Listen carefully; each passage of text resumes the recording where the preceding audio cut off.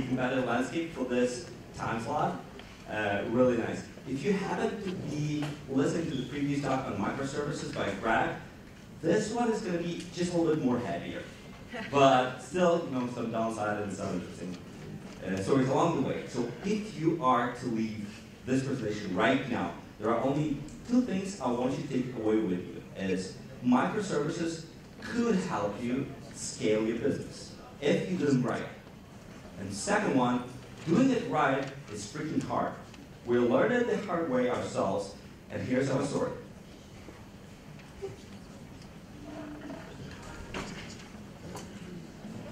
Yeah. So Twitter is commonly known as the Bluebird app, but there is actually a family of services that we provide. There is Wine, those are looping GIFs with audio. There is Kostenko, this is a stream from your mobile. There is Fabric, which is basically a kit for creating mobile solutions. And there is Telepart, which is our ads product. So probably the most debatable portion of Twitter is this maximum number of characters that you can do. It's 140. And the bigger question is why it takes a couple thousand of engineers to run this thing. Well, picture is worth 1,000 words, and here's one of those pictures. So what you see here is a 6-month worth of tweets plotted using their geotags, nothing else. So the brighter the color, the more tweets happen in that particular location. And you see the maps of cities emerge naturally. In this case, those of you who are familiar with the Bay Area can recognize the map of San Francisco. There is the Main Street, there goes the Golden Gate Bridge, the Treasure Island, the Bay Bridge. Over here is something interesting. It seems like some people, while tweeting, are going right off the bridge and probably straight into the water.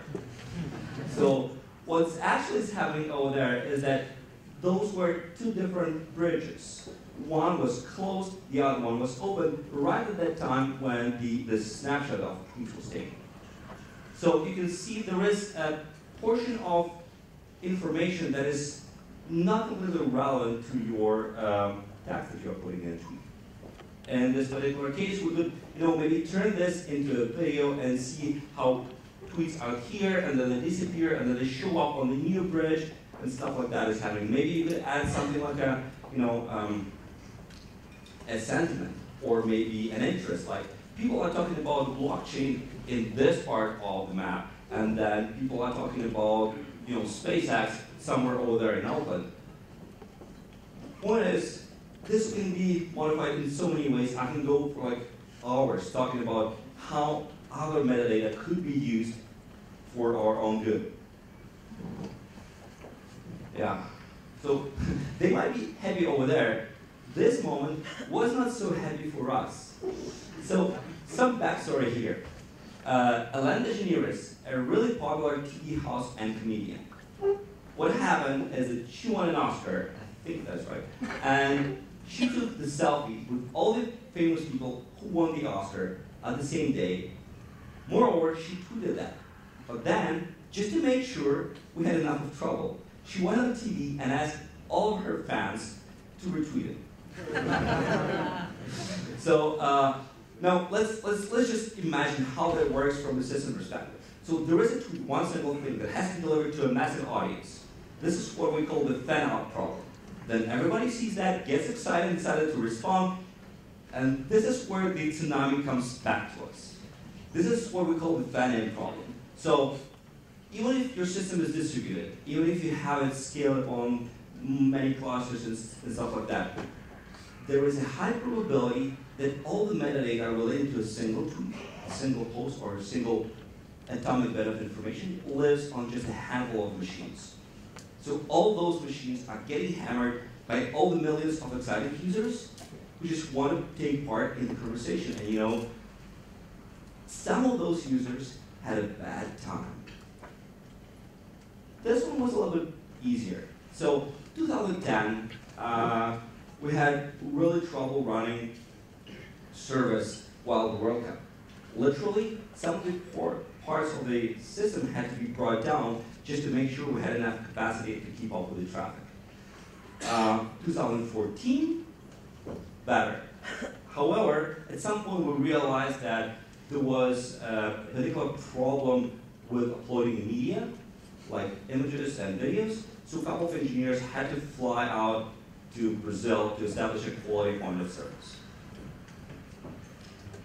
The traffic at Twitter is inherently spiky. If an event occurs, everybody talks about it. An event is gone, everybody gone to talking about other things. This one is just a sample, but I assure you, we can predict goals during the World Cup. 3 seconds, roughly 3 seconds before you can see goal on the live TV. So I hope this kind of gives you the scope and the idea of what kind of level of challenges we're dealing with here. Now, what is a tweet? A couple of things. First of all, the author, of course. Then we have the title. Then we have the text that goes into the actual message. The text could have references to other users, which we usually start with the @ symbol. Therefore, we call them the @ names. We could render a card. This happens if you have like a link to a web page, and the web page gives you all the relevant metadata. Then we could kind of give a user a sneak peek at what's waiting for him if he follows the link. The counts of likes and retweets, and the user can interact with the tweet in a number of different ways. They can reply to it, retweet it, quote it, like it, and some more. So this all information has to be somehow dealt together, not just 104 characters. Now, let's draw a Twitter infrastructure, let's try to imagine that. Classically, we have the front end, clients, and the back end where we have the storage, and everything in the middle. So how all this looked prior to 2010. Boom. Huge, gigantic, monolithic application. We called it the monorail.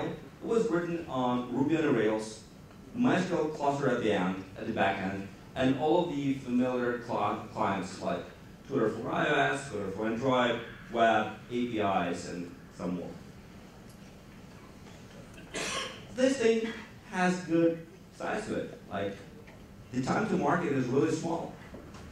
Your programming model is almost defined for you by Rails. It's really easy to start something and get going. And we got pretty far with that.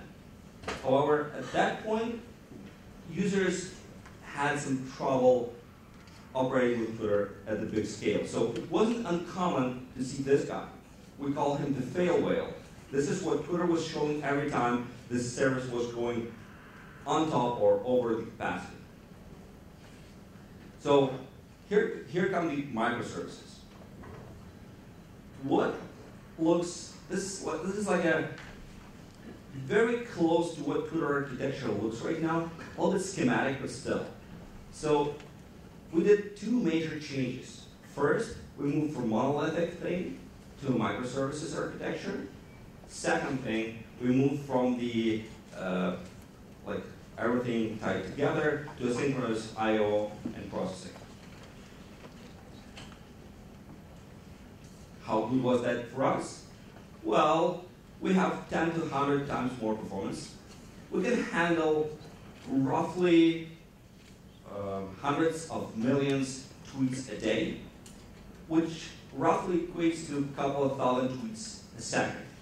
Literally, during one of the events, we had like an all-time maximum, which was 143,000 tweets a second.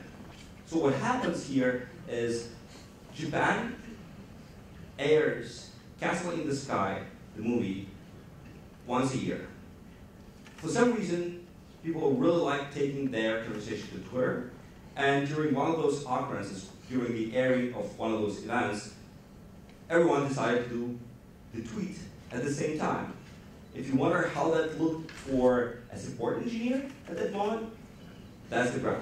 That's almost 20 times increase in tweets in a span of roughly 3 minutes. So a wave comes, hits you, and then it's gone. That's kind of things we're dealing with here. All right, so let's take a look into this anatomy. First of all the clients are talking to our front-facing part, which is TFE, Twitter front end. Well, it's really fronted only for the backend architecture, but that's the way it is called. TFE inherently does the HTTP termination, it does the rate limiting, the preliminary architecture, the preliminary authentication, and a couple more things like logging, like setting back the replies and stuff like that. It also picks the other services to be called. So the APIs here basically match to the initial path of a request. So you probably have guessed that we're doing the REST APIs here, and we're setting in like JSON and returning back the JSON or HTML and JavaScript, depending on the call. In this particular case, let's imagine we're talking about /tweets. This would go to a tweets API. /user would go to a user's API, and so on and so forth. Naturally, all these APIs have a suite of business logic that is associated with them.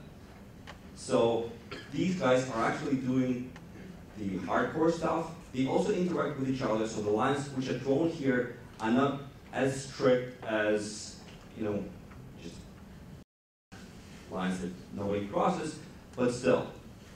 Important part is that from this point on, the communication goes in Thrift.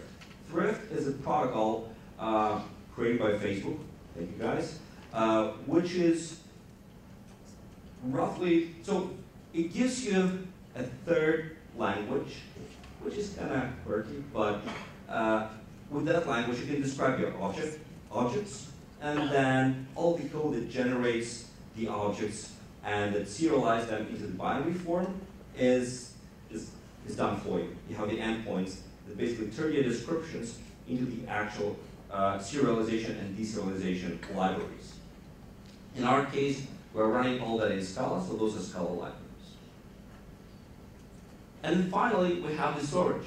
So MySQL is still around. It's not the major thing that we use, though. Manhattan is a custom database, key value store, to be precise.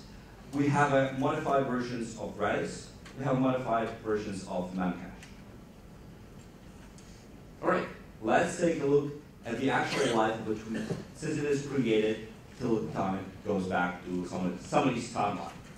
So a tweet is created, it goes with the REST API to a TFE. TFE decides which service to call, since the request was sent as /tweets. It goes to the tweets API. Tweets API realizes there is at least 3 services that have to be called. The tweetify, which stores the hydrated version of the tweet, like everything in it. The gizmodoc, which is the service that manages the users. So various user accounts have to be updated. And then the timeline service. And I'll explain why the timeline service is getting triggered at this point a little bit later. So these guys do whatever they need to do. Social graph and search are also engaged, but that's a little bit outside the scope of current presentation. T-Bird is our tweet storage. It's just a key value store with a little bit of additional logic on top of that. All right, so that's how it goes from a user's client to the backend. Now, what happens if I want to get that back in my timeline? Let's imagine a user that follows these 3 awesome people: Kasia Sentsova, Paul Graham, and Elon Musk. Their tweets have to be split separately and put into the time perspective. So in this particular case, that would be the order. Also, at this stage, we probably want to filter out some of the other tweets that are like replies to different conversations or comments to a different conversation that I'm not really following. So Once this is done, once this step is over, we put the timeline back together, and this time it looks like this. Of course, doing these 3 steps on a user request is taking a lot of time. We wouldn't be ever able to generate our timeline in a fast enough manner. So what we actually do is we engage the timeline service, which at the moment of tweet creation figures out whom I'm followed by or who the user is followed by, and then inserts that tweet into the timelines of every individual user.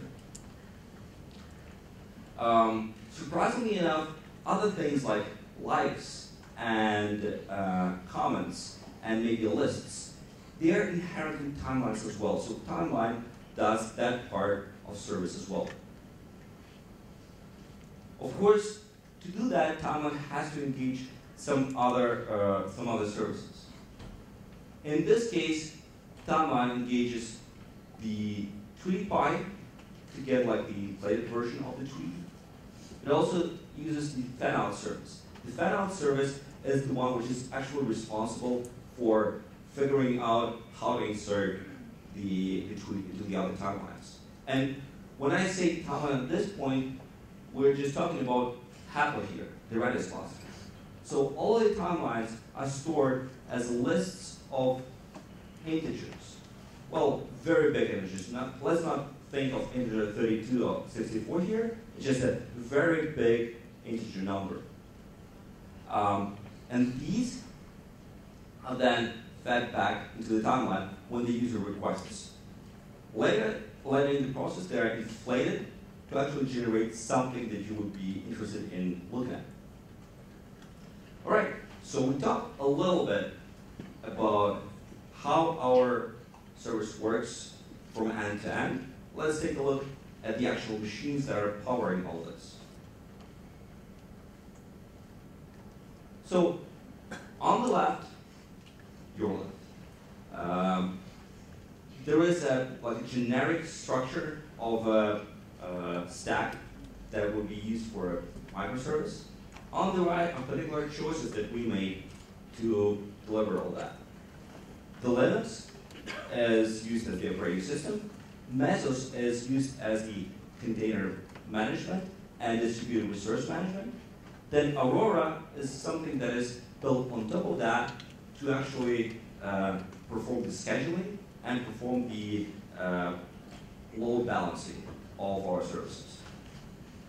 Scala and JVM are the languages and platforms of choice. We actually run our custom version of JDK just because fixing some of the issues in OpenJDK is that has to be done really quickly. So the turnaround has to be really fast. So we had to fork it once and then submitting the tickets back and receiving the actual fix in a vanilla version of the OpenJDK was probably a little bit too time-consuming. Therefore, we ended up with a very own version of JDK. We try to operate with OpenJDK as closely as possible. Finally, we have Finagle, which is an RPC system. So what Finagle does is it shields you from all the headache that you usually have with microservices, like service discovery, like fail and retry, like rate limiting. All that is kind of built into the system. If you go on the Finagle is actually open source. If you go to the Finagle's webpage, you will see an example of Finagle like bringing out the Hello World service. This is something that really doesn't put Finagle apart from, say, Node.js or Akka. But if you think about Finagle as a client, that's where it really shines, when it has to communicate with other Finagle services. So on top of that, we have some of the boilerplate code, which allows you to collect stats of the Finagle service, which allows you to log in and see the actual logs, which allows you to maybe bring the service up and down upon request. And we call that boilerplate code a Twitter server. And finally, Fenetra is the REST API framework. If you were ever doing Ruby, they had a framework called Sinatra, basically a RESTful kind of mapping of the function to a path. We did the very same thing, except for finagle, thus Finatra. All right. So Mesos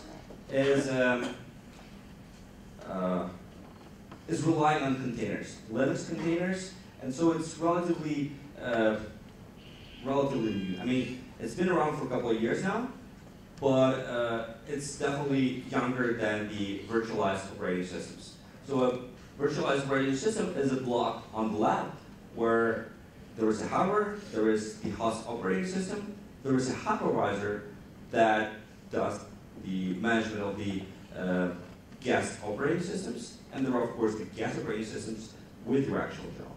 What Mesos does is usage of the Linux containers and the ability to basically save you some resources.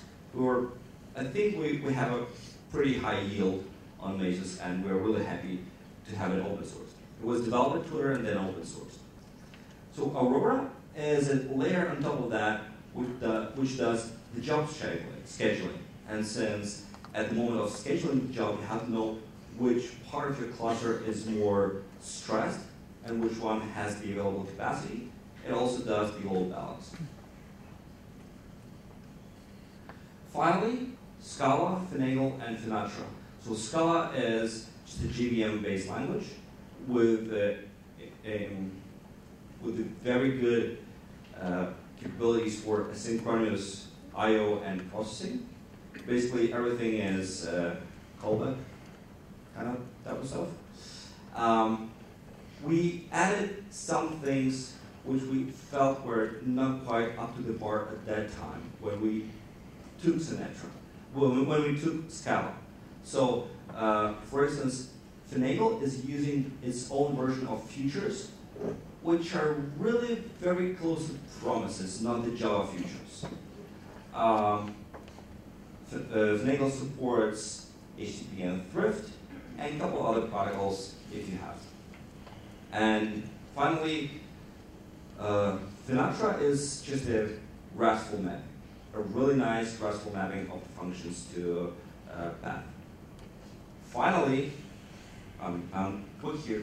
So finally, this talk won't be possible without all these marvelous people who helped me put things in place and suggestions.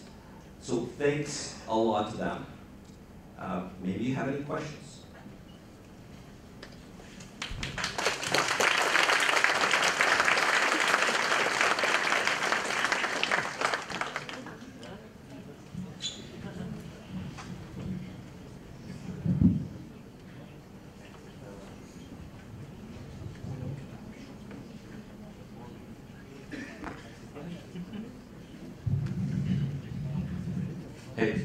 So question is about the all those separated storages you have under your API and local services. How you handle all this stuff in case you need some analytics or any other BI stuff? All right. So there are several analytics engines powered by developed and open source at Twitter. The most recent one of them is Huron. It's basically, you can imagine the analytics being a very big part of the business. So you want that as fast as possible. You want to have your analytics literally real time. And in the same way, you don't want to interact or interfere with the routing services. So what's happening is we're building like you can imagine that Huron works like building a separate pipeline that processes your requests and processes your notifications. Basically, any of the services can publish their notifications, and then on top of that, you can build things that subscribe to those notifications and process them in the way you want. Does that answer your question? Yeah. So based on those notifications, you go to the storages. Well, you don't usually go to the storages. We usually try to keep a single message that is passed from node to node like atomic. So you collect whatever you need, then maybe you have to collect a number of events before you go any further, like publish that to the next step. But the idea is you try to avoid really expensive I/O at all the time, and try to keep it as synchronous as possible. Hi Arsen, I'm glad to see you here. Thank you for your keynote. So from the presentation, looks like your team has found like a perfect solution that works right now and serves the challenges that are today. So what challenges do you foresee that are in front of your team, like tomorrow and maybe in a year? Well, there are a number of those, I think. With microservices, it's really hard to draw the boundary when there is enough of them. And when there are too many of them, it's really easy to tip over to the too many microservices. So this is a big challenge, keeping all this zoo at bay. The other thing is that I described just a single, quite well-defined stack. What happens if you come up with a different product that uses a little bit different stack, and then you have to marry them? I think those would be a really big challenges as we have more people onboarding the platform. Hello, my name is Luar, and my question is not actually a technical one. I'm interested in the question like whether everyone who develops Twitter actually use it every day and constantly. I think first the question is yes, mostly. The second question is I don't think that's a good thing. Because everyone at Twitter is like a power user, it's really sometimes hard to relate to the actual people out there who are maybe not so performant using Twitter. So definitely yes. Any challenges? How do you deploy all this stuff, and were there any challenges with keeping the service running continuously without the users ever noticing it? Yeah, so some of the deployment pains are alleviated by Aurora, which helps you, find out the resources, deploy new service over there, and then once the traffic is redirected, bring down the other outdated services. But definitely the deployments have to be rigorously scheduled, and there are like fixed windows when you actually do that.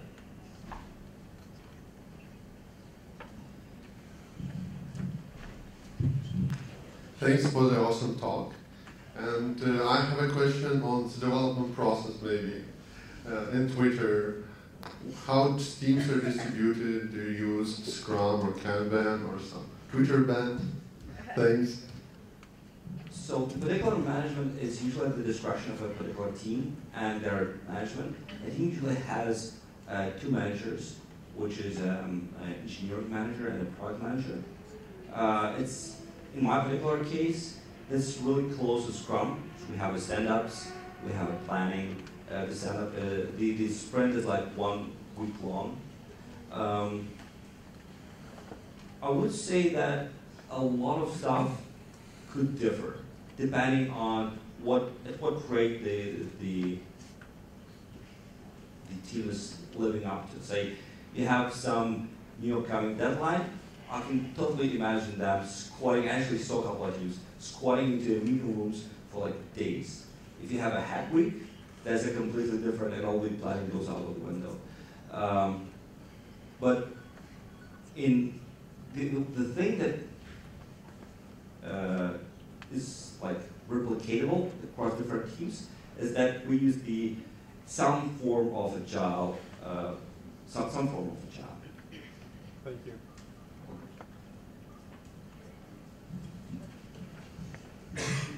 Wow, sorry. My name is Alex. Thank you for an interesting presentation.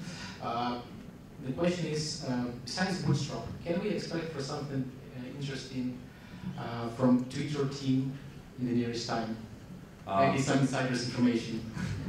Well, so one thing that probably happened already and probably wasn't really noticed by many people around is that Twitter is positioning itself as a news application, not as a social network anymore.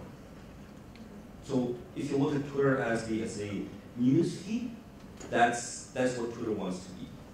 Therefore, live streaming, live video, and everything that's related to live events, that's what is Twitter, and that's, I think, what you should look at as the biggest insight of the last couple of weeks or months. Anyone else interested?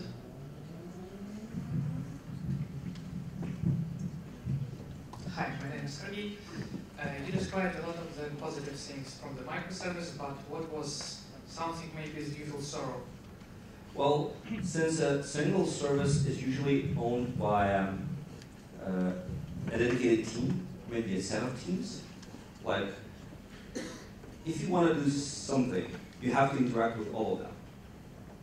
I don't know if you're a developer or not, but I am a developer myself, and I know how much developers like meetings, and that's exactly what you end up with, because you have to negotiate that with other people, other people out there, to make sure that the thing actually runs and performs whatever it's expected to do.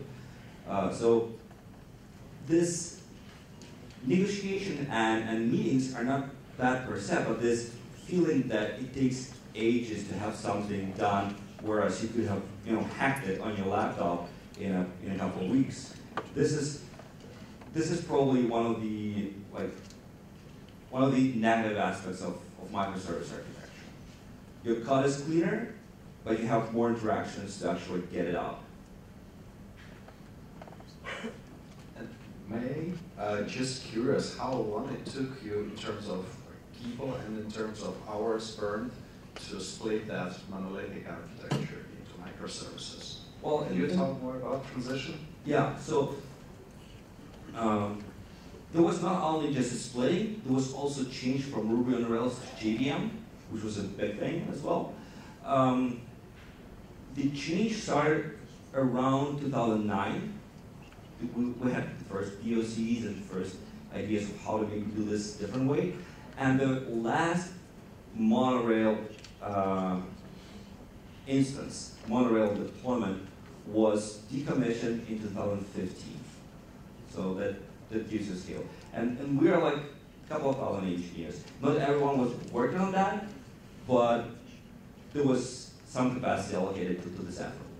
So due to 140 symbols, several thousands of engineers, 6 years. That's for everyone to be prepared for switching to microservices? Oh, that's trolling. I wouldn't respond to that. Okay, hopefully you will be more lucky. Anyone else? Okay. Are you considering now moving to more modern? Thank you. Are you considering now to move into more modern stack? Maybe some microservice move to Node.js and this kind of stuff. In terms of productivity, Twitter sees some benefits in productivity. So I believe that that jump in the maximum capacity that I showed earlier shows that we have some breathing room until we move anywhere else. There are, as Twitter grew and maybe some other startups were acquired, they brought their own architecture with them, and so I'm not totally convinced that Twitter is running that particular stack like 100% across the board. So I think somewhere inside the company, somewhere inside the enterprise, you can find some versions or some instances of Node.js, for instance, being employed or something else. I don't know about like a big move, because this is just not the question I'm answering. It's not at my level of responsibility. So, but just practically speaking, I don't think that there is a practical necessity for that at the moment. Hi, my name is Nico. I have such question. How are you writing front-end part of the application, twitter.com? And what do you think about future, about Twitter Struct library, how you can be using in your application, or it will be just open source library? So Twitter Bootstrap is used across the board. I'm not a front-end engineer myself, so I don't really know about what's the design process behind the front end and behind the Twitter web. What I can say is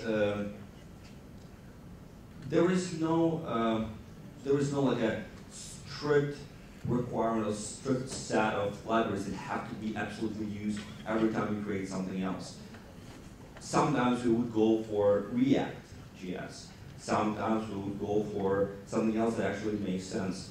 So everything is mostly data-driven.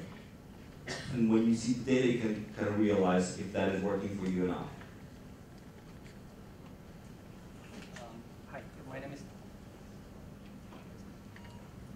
Hi, my name is Hiron.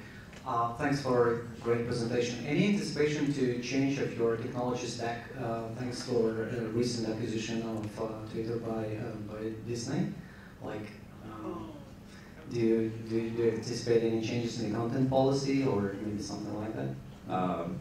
You're putting me a little bit on the spot here because I don't know anything about Twitter being acquired so far. I heard some rumors, but this is definitely not something I can comment on because, again, this is just not my level of responsibility. Right. It's not about acquisition, but what about a technology change if you need to put a more strict content policy in your software? So I think what you're asking about is content curation. Yeah. All right. So Twitter has a lot of effort, and Twitter is heavily invested into making Twitter a safe and enjoyable space for everyone. And therefore, there are right now a number of teams that are working on that. I'm not sure if that is going to be like expanded and made into a set of separate external tools, but there's definitely a very big focus internally. Hi, I have a question. So actually Twitter recently added a lot of features around video and photo, and it's like another type of data, and probably you are analyzing a lot of data and making money of information driven from those data. Do you have some algorithms inside of your team or another team that analyzing video data and maybe getting some insights from it? My particular team is not really doing the analysis, but there are teams that are focusing on the AI and the analysis. Recent acquisition of Twitter, which is Magic Pony, that's the real name of the company, from London. They are specializing on application of AI to video quality. I think there is enough effort to extract the most meaningful information from any type of media we get. And speaking about Big Brother watching everyone of us, what kind of information you're extracting? What do you do with it? Speaking of Big Brother, Twitter is the one company publishing the reports on the government requests. You know that, right? So that's the one part. The other thing,